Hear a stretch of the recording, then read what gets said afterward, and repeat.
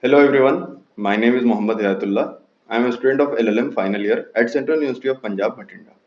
Today we are going to discuss about the Right to Information Act 2005 as part of our legal awareness program.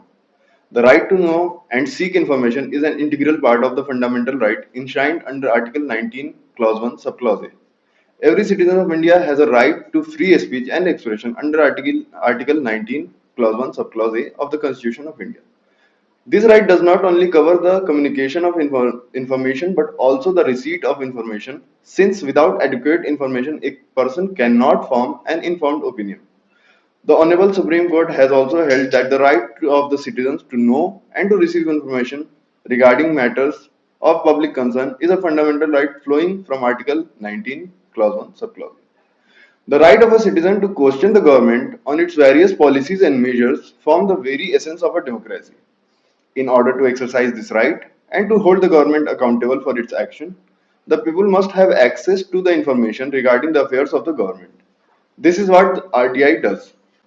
It informs the citizen regarding the affairs of the government and thereby ensures the active participation of a citizen in the working of democracy at all times, and not just once during voting. Right information is an index to measure the growth and development of a country. The Act is one of the most important acts which empowers ordinary citizens to question the government and its working. This has been widely used by citizens and media to uncover corruption, progress in government work, expense related information, etc. All constitutional authorities, agencies, owned and controlled, also those organizations which are substantially financed by the government, comes under the purview of the Act. The Act also mandates public authorities of union government or a state government to provide timely response to the citizens' request for information. The Act also imposes penalties if the authorities delay in responding to the citizen in stipulated time. But first, we need to understand the background of this act. The first central legislation dealing with the right to information in India, namely the Freedom of Information Act 2002, was passed on December 4th, 2002, but was not notified in 2004, the UPA government appointed a National Advisory Council which had recommended some changes in the Freedom of Information Act 2005. The amended act known as the Right to Information Act 2005 was passed on 11th May 2005 and 12th May 2005 by the Lok Sabha and Raj Sabha respectively. The President of India gave his assent to the act on 15 June 2005 and thus it came into force on 12th October 2005. Now we will try to understand the objectives of this act.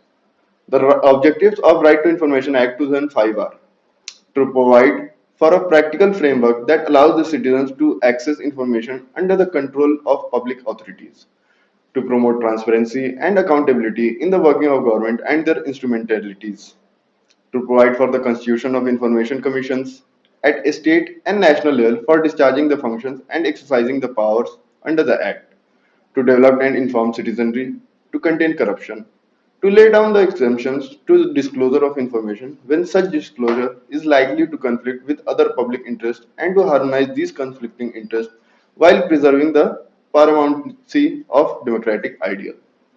As we now know the background and the objectives of this act, we must know who can ask for information under this act. As per the section 3 of the Right to Information Act, any Indian citizen can seek information under the act. Now the question must have arisen in your mind regarding what type of information can be furnished through RTI. The citizens can seek any information from the government authorities that the government can disclose to the parliament. Some information that can affect the sovereignty and the integrity of India is exempted from the purview of right to information. Information relating to internal security, relations with foreign countries, intellectual property rights, cabinet discussions are exempted from the right to information. Now the question arises as how to file a RTI application. Citizens can file RTI applications for the public authorities under the central government by visiting rtionline.gov.in, which is an initiative of the Department of Personnel and Training, Ministry of Personnel, Public Grievances and Pension. With regard to public authorities under the state governments, an RTI application can be filed by visiting the RTI portal website of the particular state. The RTI Act 2005 is a significant statutory measure for realization of citizens' right to access information. The Act mandates timely response to the citizen's request for government information. The Right to Information Act has not achieved its full objectives due to some impediments created due to systematic failures. It was made to achieve social justice, transparency, and to make an accountable government. This law provides us with a priceless opportunity to redesign the process of governance, particularly at the grassroots level, where the citizens' interface is maximum.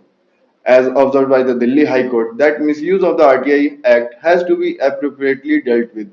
Otherwise, the public would lose faith and confidence in this Sunshine Act. I hope this video has helped you in grasping the right provided to all of us under the Right to Information Act and have provided you a better understanding of this act. Thank you.